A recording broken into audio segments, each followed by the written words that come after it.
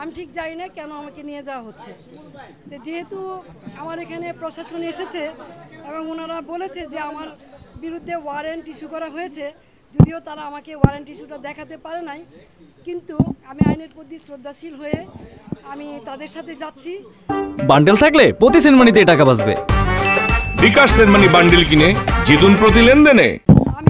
আমি দুঃখ প্রকাশ করছি যে তারা রাত্রেবেলা এসেছে, আমি রাত্রেবেলা বেরোতে চাই নাই, তারা সারা রাত আমার এখানে ছিল প্রশাসনের লোকজন, এই জন্য আমি দুঃখ প্রকাশ করছি যে আমি ওনাদের কষ্ট দিয়েছি। আপনারা দেখেছেন যে আমার মহল্লার লোকজন তারা এখানে সারা রাত অবস্থান নিয়েছে। আমি আমার এলাকাবাসীকে মহল্লাবাসীকে ধন্যবাদ দিতে চাই তাদের এই ভালোবাসার কারণে, যে আপনারা কোনো শৃঙ্খলা আচরণ করেন নাই, শান্তভাবে। আমি আপনাদেরই সন্তান, আপনাদেরই মেয়ে, আপনারা আমার প্রতি যে শ্রদ্ধা ভালোবাসা সম্মান দেখিয়েছেন, আমি আজীবন আপনাদের এই ভালোবাসা শ্রদ্ধা সম্মান মনে রাখবো। আমার এলাকাবাসী জানেন যে আমি আলী আহমদ চুনকার সন্তান। আমার বাবা সাম্যের রাজনীতি করেছে, দলমতের ঊর্ধ্বে উঠে রাজনীতি করেছে। আমি আলী আহমদ চুনকার সন্তান। আমার যদি অপরাধ হয়ে থাকে জয় বাংলার জয় বঙ্গবন্ধু বলার কারণে, তাহলে আমি সেই অপরাধী হতে চাই। এই জন্য যদি আমার বিচার হয় তাহলে বিচার হবে। কিন্তু নারায়ণগঞ্জ শহরে 21 বছর আপনাদেরকে আমি সেবা দিয়েছি, কোনোদিন কেউ বলতে পারবেন না যে আমি কখনো প্রতিহিংসা পরায়ণ হয়ে অন্য কোনো দলের প্রতি আঘাত করেছি অথবা কাউকে আমি কোনো ধরনের বৈষম্য আচরণ করেছি।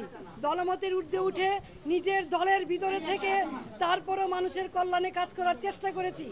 বিরোধ সত্য, মতভেদের সত্য, এই শহরের নারায়ণগঞ্জবাসীর জন্য এমন কোনো জায়গা নেই যেখানে প্রতিবাদ করি নাই। তৌকি হত্যা সহ সকল হত্যাকাণ্ডে যখন নারায়ণগঞ্জবাসী একদম চুপ ছিল, কেউ কোনো কথা বলে নাই, তখন আইবি আওয়াজ তুলেছে, এই শহরের মানুষকে কথা বলা শিখিয়েছে, অন্যায়ের বিরুদ্ধে প্রতিবাদ করা শিখিয়েছে। আজকে সেই আইবিকে কিসের জুলুমে, কিসের কারণে, কি কারণে এর গ্রেপ্তার করা হচ্ছে আমি ঠিক জানি না।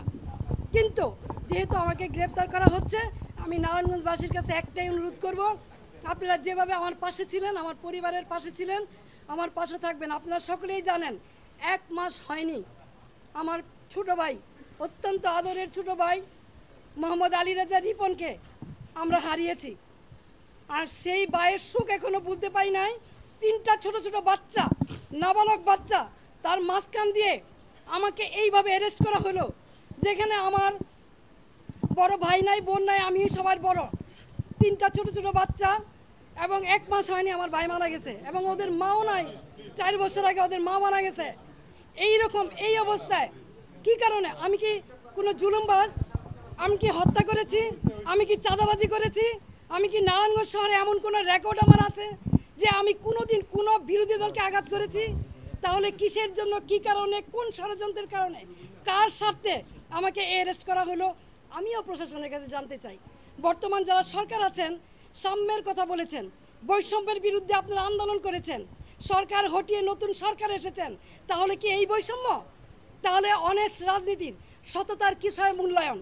আমি তো বাড়িতেই ছিলাম, আমি তো পালাই নেই, তাহলে এইভাবে আমাকে অ্যারেস্ট করতে হলো কেন? সেই জবাব জনগণের কাছে চাই, জনগণই দিবে ইনশাল্লাহ। জয় বাংলা।